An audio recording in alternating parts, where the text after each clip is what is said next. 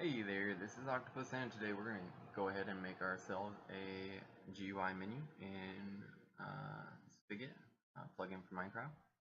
This is kind of just a little bit complex, but I mean, if you're able to keep up with the rest of it, you should be fine here. It's going to be very simple. It's not going to look good. It's not going to do too much besides give items. You can tinker with it and, add some aesthetic pieces like this, add explore boards like this, like stats and stuff to when you hover over the items, if you're smart about it, and make more dynamic items. So we can just go ahead and jump right into it. So here we are in Eclipse here, and we're in the main Java class. And I've got my notepad open for reference on the side, so you may have to give me a second to figure some of these things out, because like I said, it's a lot. So basically what we're going to do is we're going to create a new class, and we're going to call it Hello GUI. It's going to be our Hello World GUI, so we're going to call it Hello GUI just like that. So I'm going to copy itemsmith there and paste it into the package and call it Hello GUI just like that. You can call it whatever you want, just make sure you get it right when you reference it. And let's go ahead and open it up. Double click it, that'll do it. And now we're going to clear this out. So we've got our basic template here. And first we're going to do a constructor, an empty constructor, as usual. So if we ever need it in the future, we can add some constructor stuff in there. Public void, I want to say. Right, yeah, okay. Or actually, just like that, I believe that'll work just fine. There we go, perfect. And we're going to need to get a couple of variables here. Alright, so the first one's a simple one. It's not really necessary, but our itemsmith that we made, I'm going to create a new version of that and call it smithy. So we have access to the sword that we created in the previous, on one of the previous tutorials. You can see down here, build weapon gives you the Sword of King Midas. And we're going to use that in there so you can see how custom items work as well as regular items. And we're also going to need a variable for the GUI. So the GUI is actually going to be not a menu or anything per se, but an actual inventory, and you will use items. If you're familiar with GUIs, you know this one seems so strange to you. But if you thought you were making an actual menu, think again. This is going to be an inventory, and it will judge what you clicked and give you responses based on that. So we're going to create another public static variable here, and it's going to be of the object type inventory, and it will be called Hello GUI just like that. Notice the lowercase h as opposed to the uppercase h for the class, so the variable will be lowercase h. It's not really important, but it helps keep our code clean here, and we know which one we're referencing when we write it. And with the command here for creating that inventory the way we want it to be, it's going to be bucket.createInventory, and it's going to take two parameters, owner and size. We can actually give it a name as well, a third parameter, just like that. So let's go ahead and import inventory there. The owner will be null. Usually you can assign it to like a player or a chest or something like that. No need for that because we'll be calling it on command. So just leave that as null. And we're going to give it 27 spaces, so 27 slots. That's 9 slots per row, so 3 rows above the regular inventory. Their inventory will open up as well, but it won't count towards these 27 slots. You can do 36, you could do 9, I suppose you could do like 3 or something. It can be any number, probably between 1 and maybe 36, I'd say, or 45 or something like that. If you want 3 rows, you could just do 27, you'll be fine. That'll be perfect for us. So now we're going to set up the actual method for opening the GUI itself. So public static boolean, and I'm making it a boolean because I want to return true or false, so we know if it actually fired or not. There we go, and it's going to take an argument of the type player, called player of course. There we go, and we'll put return true at the bottom just so we stop seeing that error message. There we go. So this is going to have a lot in it, but really it's going to be only made of two parts. So first part, and this will be at the bottom actually, it's the simplest, is player dot open inventory. And when you use the open inventory method on the type player, you can reference your inventory up here, for instance the GUI, have it automatically open up for the player on this screen. So when we type open GUI and we call this method here, the player will get the GUI menu. So now we're going to actually have to build the menu above it with the items we want to put in, because if you remember, it's an inventory and it's full of items, not icons or anything like that. You can see I just pasted in a whole bunch of stuff. I'll do that again. We're right here above player, and I just pasted in this right here. Above player open inventory, below public static boolean open GUI player. And this is going to set items. Okay, you see a lot of errors here, but we're going to have to import material, item stack, and we should stop getting those errors. Perfect. You can see it's mostly air, but there are some items here, and even a custom item, as I was saying. What this is first is the slot number. Remember, we had 27 slots, so 0 being the first slot and 26 being the last one. You see I've divided them among their 9, so the first 9, the second 9, and the third 9, because that's how many are in a row.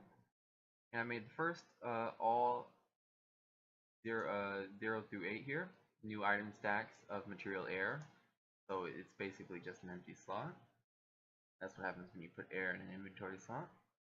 And so I've also done it here from 18 to 26, as you can see. That kind of creates like a buffer row above and below our main row right here, the middle row. And this one has air around it as well, but you can see we have in the middle 12 to 14. I used the smithy to build a weapon. This can be any item here, but I've used the smithy to build our custom weapon. I've also created the slot next to it to have an iron sword, and the slot next to that to have a stone sword. Neither of these two are custom. So you can see both custom and non-custom items working. Alright, so, I mean, now you've got the menu. What will it do? You want it to do stuff, right? Well, we're going to go ahead and open up the listener here. And we're going to listen for inventory click. And that's going to be at event handler, as we usually start with, as you can see up here. And it's public void, we're going to call it on inventory click. That's going to look for the inventory click event, called E. Keep it very simple. I guess we could call it event. That's what we did up there. Keep it all the same. And we'll import inventory click event. Excellent. Create some space. And we're going to call this smithy as well here, just so we can access that item, like building the weapon and whatnot. And we're also going to create not an array list. We're going to get the player who clicked. That's the player here. We're casting it to player. That's what the parentheses is for. And that will be E get who clicked. So that will get who clicked the inventory. So anytime you click within an inventory, it will run this event. It will create a new smithy type here.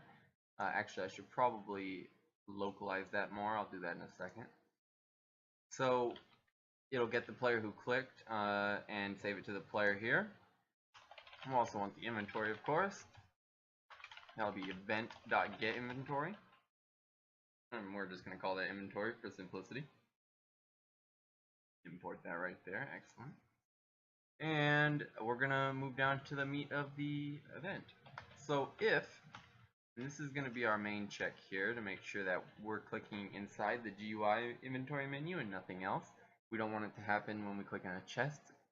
We don't want it to happen when we click inside our own inventory.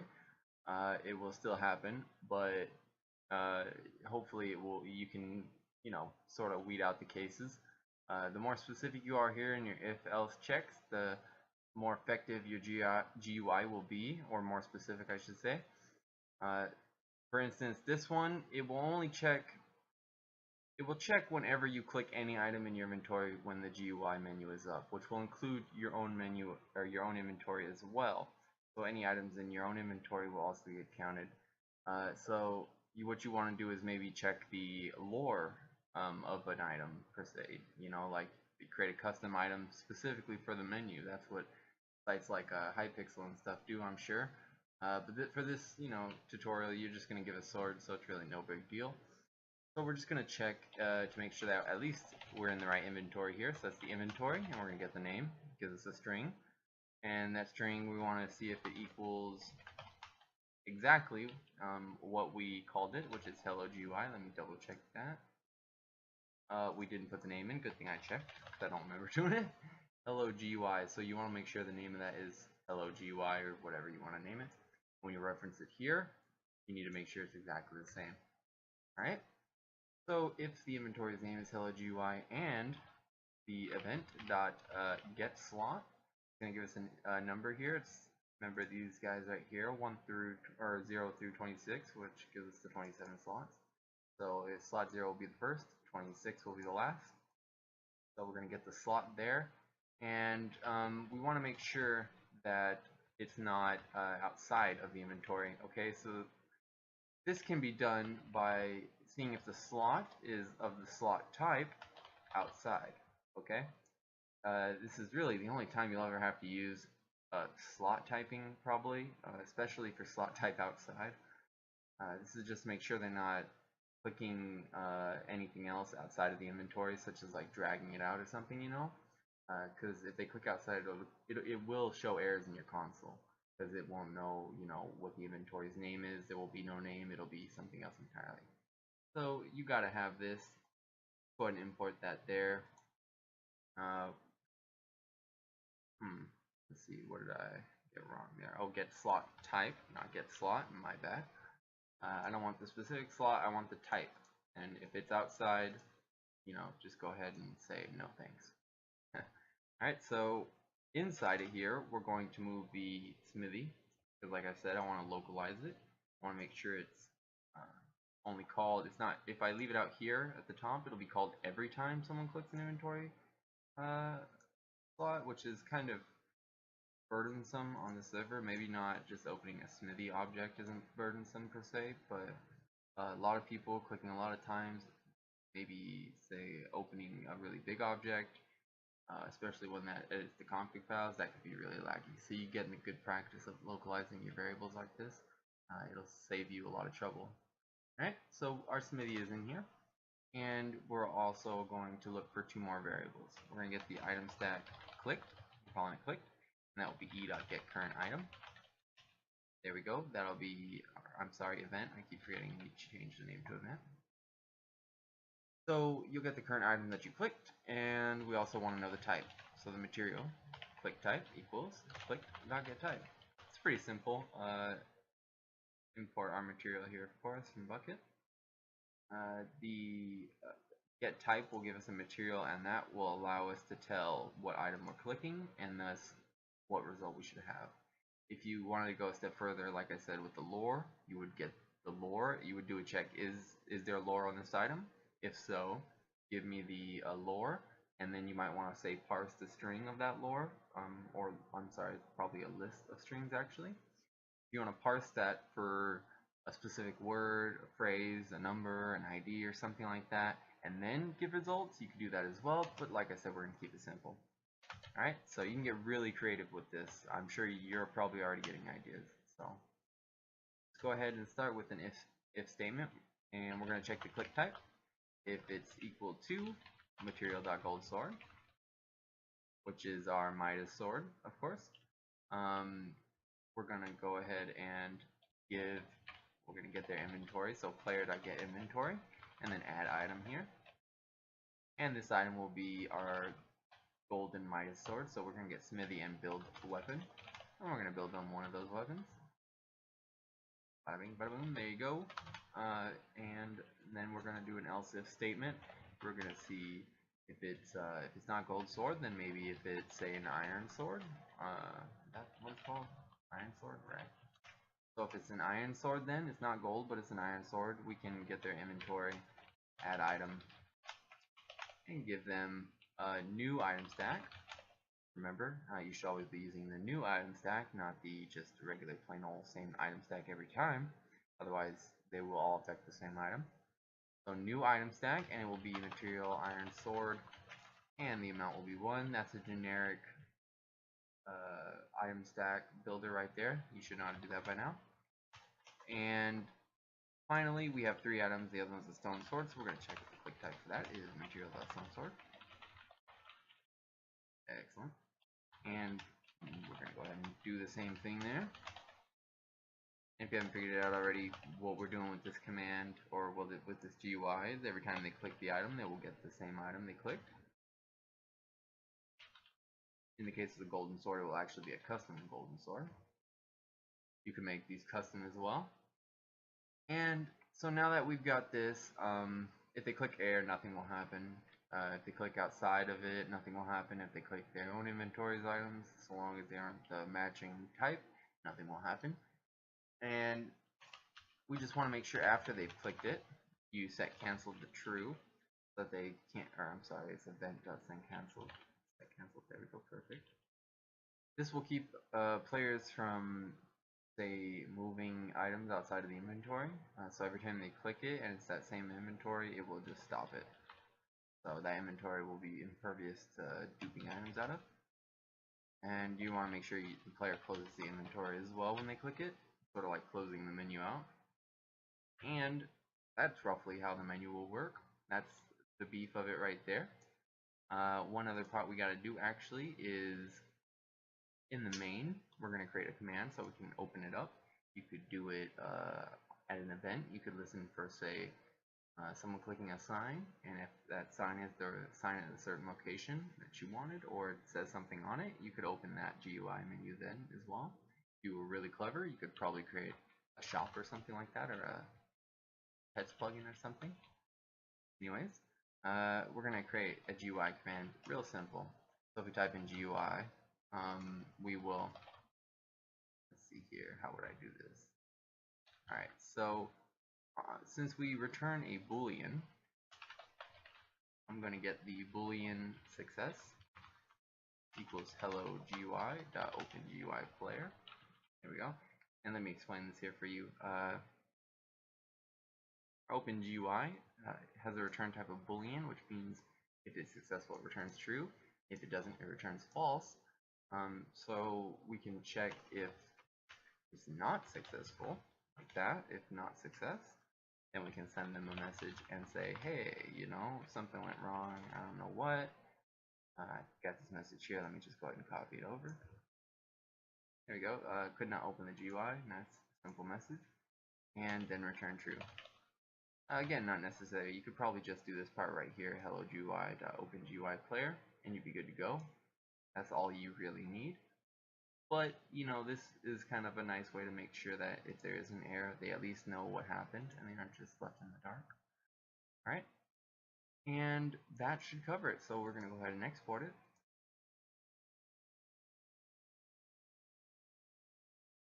Let's see, where do we have it? I've got a lot of stuff here. Excuse me. There we go. Oh, and I forgot to add GUI here, so we're going to have to add GUI as a command. No tabs, remember that. Opens a GUI menu. Usage will be /command. Straightforward. Go ahead and re-export that.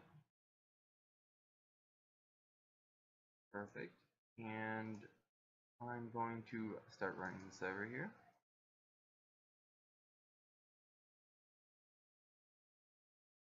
And here we are. As you can see, I've blown a few holes in my world since I've been testing it. But let's go ahead and get rid of these guys here. And we can type in GUI, and you can see we got our Hello GUI menu. And it's got the Sword of King Midas as well as a regular iron and stone sword. So, let's see if we get our sword. Yes, we do. Isn't that wonderful? Look at that. It's the exact sword we wanted. If we wanted, we could give them flying powers. We could put them in creative mode. We could kick them. We could make them join a lobby. You could open a shop menu instead. You can do menus inside of menus. You know, levels of menus, kind of like Hypixel does, or Mindplex and all that. So on and so forth. You can do so many things with this. Menus are one of the really one of the most versatile parts. And you know, just be creative.